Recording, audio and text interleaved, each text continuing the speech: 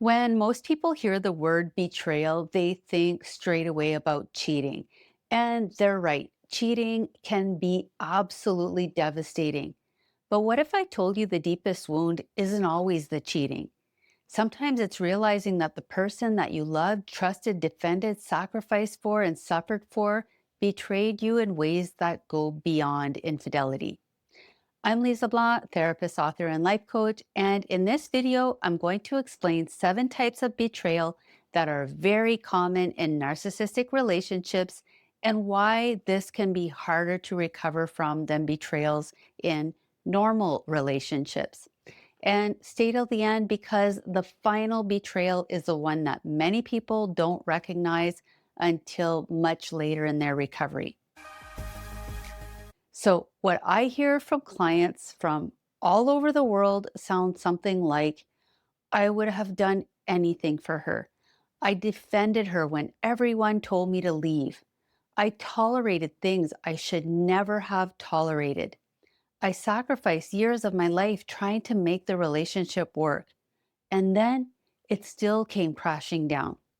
So they discover the lies, the cheating, the manipulation, the gaslighting, the betrayal. And what makes these relationships so confusing is that the attachment often survives the betrayal. You still love her, you still miss her, you still hope that she'll change, and you still struggle to let go. And that's why these betrayals cut so deeply. So the first betrayal is realizing that your loyalty wasn't returned. So you stayed loyal through extraordinary circumstances. Maybe it was mental health struggles, addiction, financial problems, family conflict. Whatever you faced, you stayed with her. You showed up. You fought for her. And one of the most devastating realizations is finding out that while you were protecting her and the relationship, she was violating it. Talking to other guys, keeping secrets, crossing boundaries, lying, triangulating, cheating. And that's the betrayal. It's not just that she cheated, but it's that your loyalty wasn't returned. That while you were doing everything you could to protect the relationship, she was doing things behind your back that was actively damaging the relationship, that was destroying you. And this forces you to confront a painful truth. The relationship didn't mean the same thing to her that it meant to you. The second betrayal is having your vulnerabilities used against you. So you told her things that you've never told anyone else. You shared those things because she made you feel safe. She made you feel understood. She made you feel like you could trust her. And you truly thought that she was your person, that she had your back. And then one day, she starts using those sensitive things against you. The insecurities you shared in confidence become ammunition during arguments. The struggles that you trusted her with get thrown back in your face. The mistakes you opened up about become evidence that you're the problem. And that's a profound betrayal because she knew your deepest wounds and she was supposed to protect them, not use them as weapons to manipulate you, to shame you, and to destroy you. The third betrayal is being cast the villain after everything you've done for her.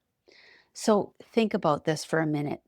You fought for the relationship. You defended her. You protected her reputation. You protected her feelings. You protected her from consequences. And then one day, somehow, you're still the villain. The woman who once cast you as her hero is now painting you as her abuser. Now you're controlling for having boundaries, selfish for having needs. Now you're the narcissist. You're to blame for everything. And the injustice and betrayal that you feel when this happens is really hard to put into words because after everything you did, the narrative gets twisted and now suddenly you're just another villain in her story. The fourth betrayal is the double standards, where you're expected to be honest, but she can lie. You're expected to be loyal, but she can flirt, triangulate, or cheat. You're expected to control your emotions, but she can rage. You're expected to take accountability, but she blames everyone else for her problems. And you're expected to forgive endlessly, but your mistakes are never, ever forgotten or forgiven. And that's the betrayal because you're playing by a completely different set of rules where you're expected to keep giving and forgiving while she feels entitled to do things that would never be acceptable if the roles were reversed. So the rules only seem to apply to you. The fifth betrayal is the distortion of your reality. And this betrayal goes beyond lies, inconsistencies, and contradictions. And eventually, it's not enough for her to have her own version of reality. You can't agree to disagree. You have to adopt her reality. And you have to admit that your memory's wrong, your interpretations are wrong, your feelings are wrong, your judgment's wrong. And if you don't agree with whatever version of reality that she's presenting today, there is a price to pay for that. Her affection disappears. The peace disappears if there ever was any. And over time, you start doubting your own reality. But her explanations don't make sense. Her stories don't add up. And deep down, you know something isn't quite right. So maybe you bring it up. And when you do, instead of honesty, accountability, or transparency, you get denial, excuses, deflection, blame, rage, silent treatments. Now, to be fair, many people who cheat become defensive and deceptive when they're caught or confronted. That's not unique to narcissistic or borderline relationships. What often makes these relationships different is the extent to which reality gets turned upside down. Suddenly, you're the problem. It's your fault it happened. You're overreacting. You're too sensitive. You're controlling. You're insecure. And that's the betrayal.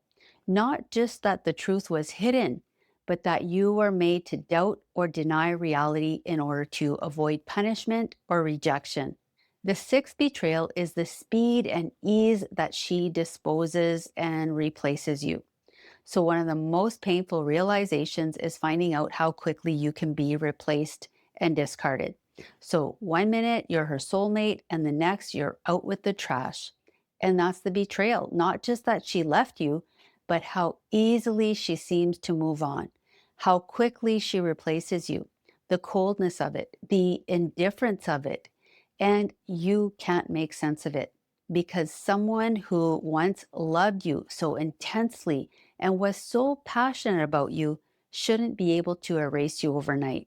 So the feeling that you went from being her everything to suddenly being nothing to her is a deep wound.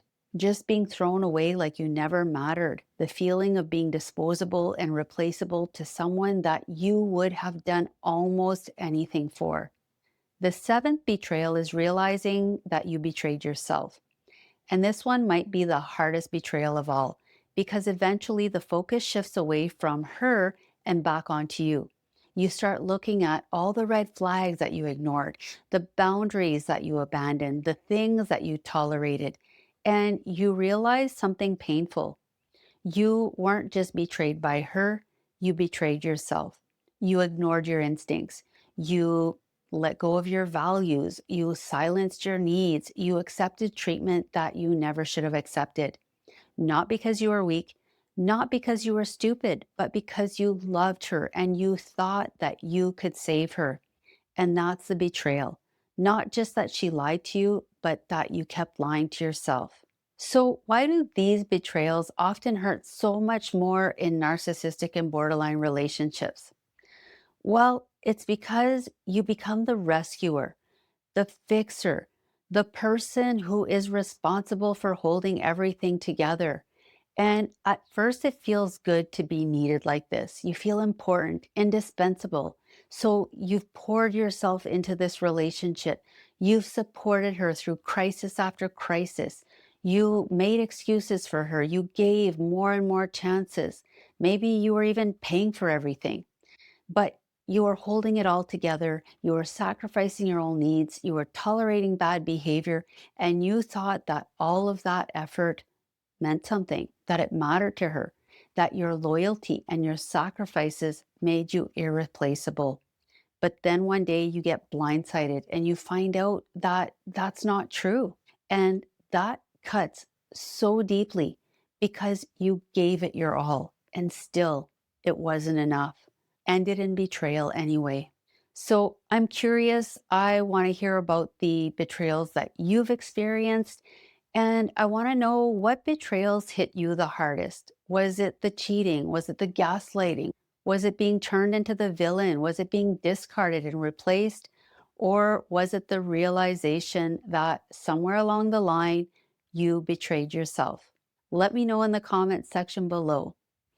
Okay, so remember that healing doesn't begin when she finally tells you the truth. It begins when you stop chasing answers and start focusing on rebuilding your life. If this video resonated with you, please take a moment to like, comment, and subscribe, and I'll see you in the next video.